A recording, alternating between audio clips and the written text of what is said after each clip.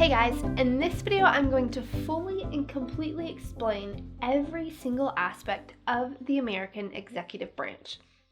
Just kidding. This will be a quickish overview. To fully understand any of the three branches of our government would take an entire college level course, if not more. If you're curious to learn more after you've watched this video, we have a handful of other videos relating to American government and history. But on to our topic. In order to comprehend any aspect of American governance, one must begin at the almost beginning, the United States Constitution, which began the ratification process in 1787. Remember that when the British colonies in America rebelled and left the empire, they were intentionally leaving a system of governance that had one absolutely sovereign person in charge of virtually everything. Theoretically, at least. There are advantages to a monarchy, but there are also disadvantages, and the framers of the Constitution decided that they would like a different system, one with built-in checks and balances. Hence, the three branches of government: executive, legislative, and judicial. The president and vice president and all of their ever-growing number of staff form the executive branch. The House of Representatives and Senate are the legislative branch, and the Supreme Court and all of the lower federal courts comprise the judicial branch. Those three groups must work together. For example, there are certain things the president cannot do without direct approval by Congress, the name we use when we're talking about both the House of Representatives and the Senate. And any laws that Congress passes must be signed by the president. Those laws can then be challenged, interpreted, or nullified in the court system. This system is designed so that no one person or group of persons is able to exercise an inordinate amount of authority. Article 2 of the Constitution created and defined the executive office. You should go read the whole thing, but I'll quote some important sections here so we can begin to understand the office of the president. Article 2 begins with the executive power shall be vested in a president of the United States of America. He shall hold his office during the term of 4 years, and, together with the vice president chosen for the same term, be elected as follows. Then, paragraph 2 through 4 explain the Electoral College, another check and balance that serves a purpose but is often confusing. Unfortunately, we don't have time to go into that right now. Paragraph 5 decrees that no person except a natural-born citizen shall be eligible to the office of president. Neither shall any person be eligible to that office who shall not have attained to the age of 35 years.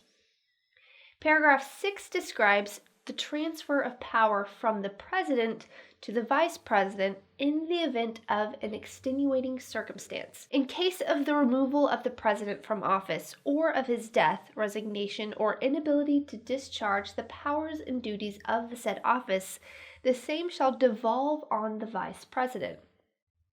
Paragraph 7 allows for the president to be paid, and paragraph 8 prescribes this oath of office. I do solemnly swear or affirm that I will faithfully execute the office of President of the United States and will to the best of my ability preserve, protect, and defend the United States Constitution. Section 2 begins to enumerate the duties and powers of the president. The president shall be commander-in-chief of the Army and Navy of the United States, and he shall have power to grant reprieves and pardons for offenses against the United States, except in cases of impeachment. In paragraph 2 of section 2, you can see the checks and balances that the framers implemented. The president shall have power, by and with the advice and consent of the Senate, to make treaties, provided 2/3 of the senators present concur. And he shall nominate, and by and with the advice and consent of the Senate shall appoint ambassadors, other public ministers and consuls, judges of the Supreme Court, and all other officers of the United States, whose appointments are not herein otherwise provided for, and which shall be established by law. But the Congress may, by law, vest the appointment of such inferior officers as they think proper in the president alone in the courts of law or in the heads of departments. Okay, I know this has been a lot, and it's all written in 230-plus-year-old language that you're probably not familiar with. But this is absolutely crucial to understanding our government and our country. There's just a couple more short things I want to pull from the Constitution, and then I'll attempt to explain some of these elements and talk about more modern history. The third section of Article 2 reads as follows. He shall from time to time give to the Congress information of the state of the Union, and recommend to their consideration such measures as he shall judge necessary and expedient.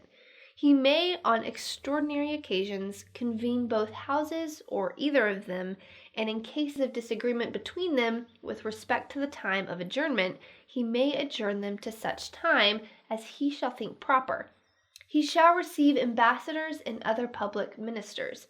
He shall take care that the laws be faithfully executed, and shall commission all the officers of the United States. That last part has become something very often used.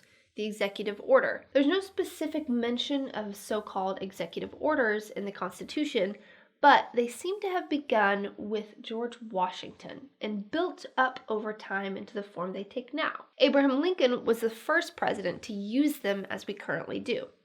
In fact, his Emancipation Proclamation, a tactical maneuver during the Civil War, was an executive order. Currently, they carry the full weight of the law, but the Supreme Court has decreed the executive orders must align with current legislation, and some have been reversed if they ventured too far into the new legislation category. The president is supposed to execute on congressional law, not create his own. The last section in Article 2 describes impeachment, but we can't forget the vice president.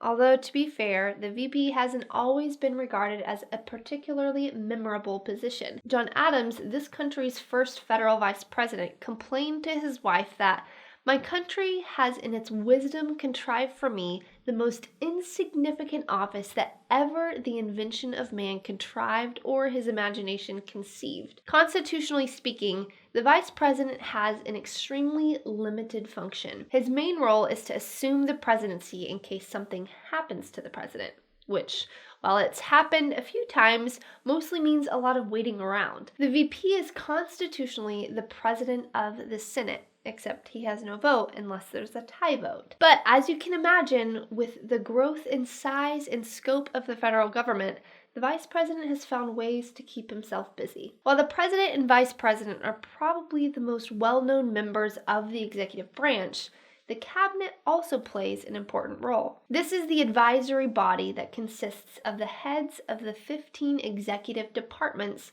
and several other agencies that report directly to the president. In some ways, they form the president's inner circle. The executive agencies are agriculture, commerce, defense, education, energy, health and human services, homeland security, housing and urban development, interior, labor, state, transportation, treasure, veterans affairs, and the attorney general. Additionally, the cabinet includes the White House Chief of Staff and heads of the Environmental Protection Agency, Office of Management and Budget, United States Trade Representative, United States Mission to the United Nations, and Small Business Administration. The members of the cabinet may change with the president.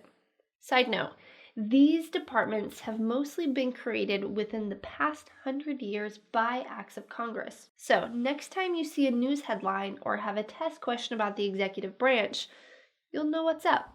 Thanks for watching, and until next time, happy studying.